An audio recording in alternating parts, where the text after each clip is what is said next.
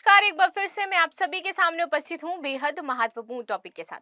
आप सभी जानते हैं कि बहुत सारी रेल दुर्घटनाएं इस समय भारत में हो रही हैं और साथ ही साथ ये कहा जा रहा है कि एक रेल जिहाद चलाया जा रहा है, जहां पर जबरदस्ती ट्रेनों पर कुछ ना कुछ ट्रेन की पटरियों पर रख करके ट्रेन को पलटने की कोशिश करी जा रही है। इस टाइम बहुत सारी घटनाएं हमें देखने को मिली, बहुत जान माल की हानि भी हुई। इसी को देखते हुए सरकार ने एक फैसला लिया कि हम रेल रक्षक दल का गठन करेंगे। अब ये जो रेल रक्षक दल है, ये एक पायलट प्रोजेक्ट के तहत ये बनाया गया है और ये किस तरह से वर्क करने वाला है, क्या क्या इंपॉर्टेंट पॉइंट्स में शामिल हैं, इन सारी चीजों पर हम चर्चा करेंगे। मेरा नाम है प्राची मिश्रा और संस्कृति आईएएस के इस प्लेटफॉर्म पर आप सभी का स्वागत है। चलिए आ जाते हैं न्यूज पर और देख लेते हैं क्या इंपॉर्टेंट चीजें यहाँ पर दी गई हैं। तो रेलवे ने किया रेल रक्षक दल का गठन।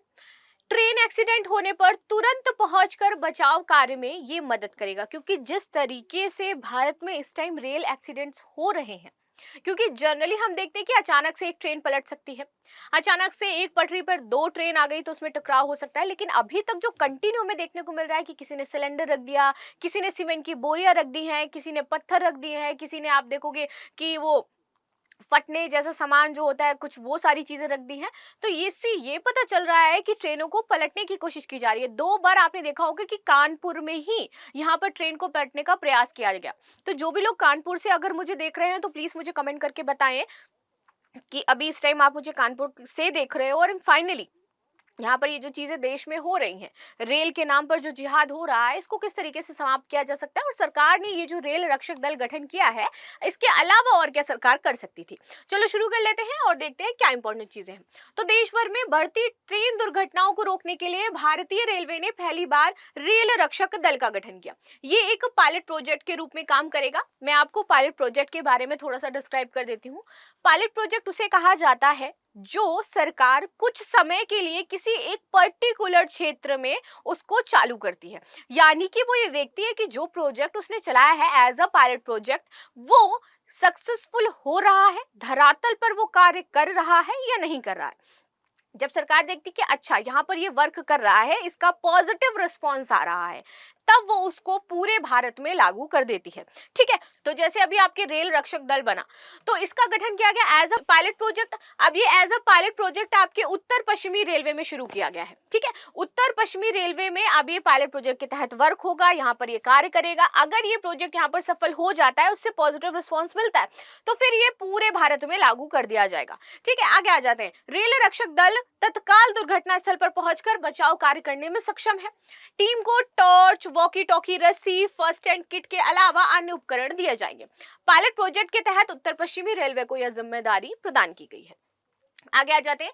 ये पहली बार है जब आरपीएफ को बचाव प्रक्रिया में शामिल किया जा रहा है। अभी तक आप देखते हो एनडीआरएफ की टीमें होती हैं, लेकिन फर्स्ट टाइम ऐसा है कि आरपीएफ आपके बचाव जो अभियान है उसमें शामिल करी गई है एनडीआरएफ के साथ।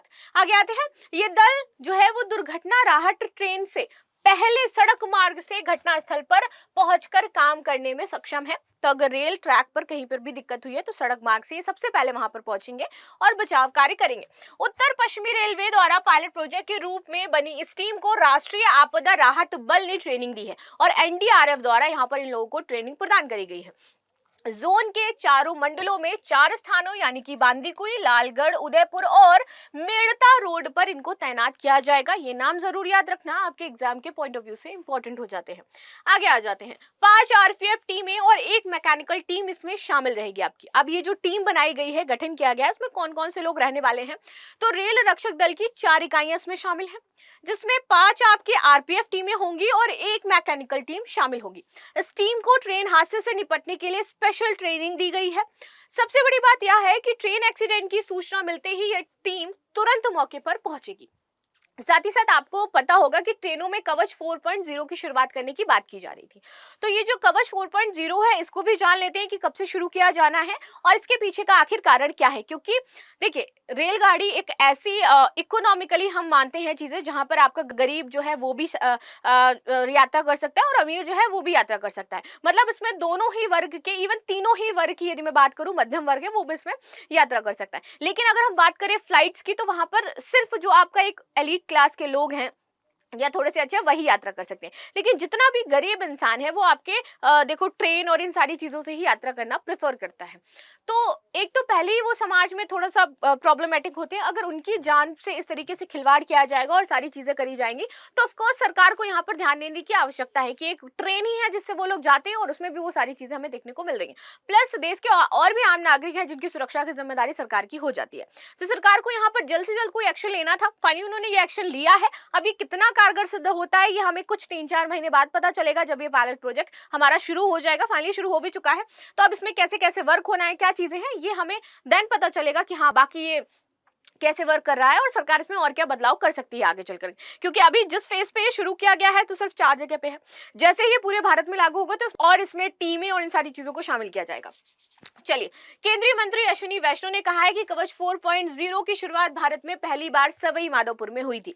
ठीक है, तो ये भी जरूरी है कि पहली बार कब हुई थी, तो सवाई माधोपुर में हुई थी। इस क्षेत्र में कवच लगाने का पूरा काम हो चुका है, तो अब शुरुआत है। आने वाले टाइम में ये 10,000 लोकोमोटिव में कवच लगाने का काम किया जाएगा। देखिए, इसकी कॉस्टिंग बहुत ज्यादा आ रही थी, इसलिए सरकार ने पहले कुछ फेज पे इसका काम किया, फिर उसके बाद छोड़ दिया। अब दोबारा से ये काम करें कि ये कवच जो है वो शुरू करेंगे। 9,000 किलोमीटर अतिरिक्त कवच का यहाँ पर काम किया जाएगा। कवच 4.0 के तहत लोको पायलट अपनी कैब से ही 10 किलोमीटर दूर का सिग्नल देख सकते हैं। अगर ट्रेन रेड सिग्नल के पास पहुंच रही है और ड्राइवर ध्यान नहीं दे रहा है तो कवच अपने आप ब्रेक लगा देगा। यहाँ पर कवच को बारिश, पहाड़ी इलाकों, तटीय इलाकों के अनुरूप विकसित किया गया है और अगले 5 से 6 साल में माना जा रहा है कि ये पूरा रेल नेटवर्क आपका कवर कर देगी। तो ये कवच बहुत ही ज्यादा इंपॉर्टेंट है क्योंकि ऑटोमेटिकली ये ब्रेक का वर्क करता है और भी बहुत सारी चीजें हैं जो इसमें इनबिल्ड है, एआई की तरीके वर्क करेगा।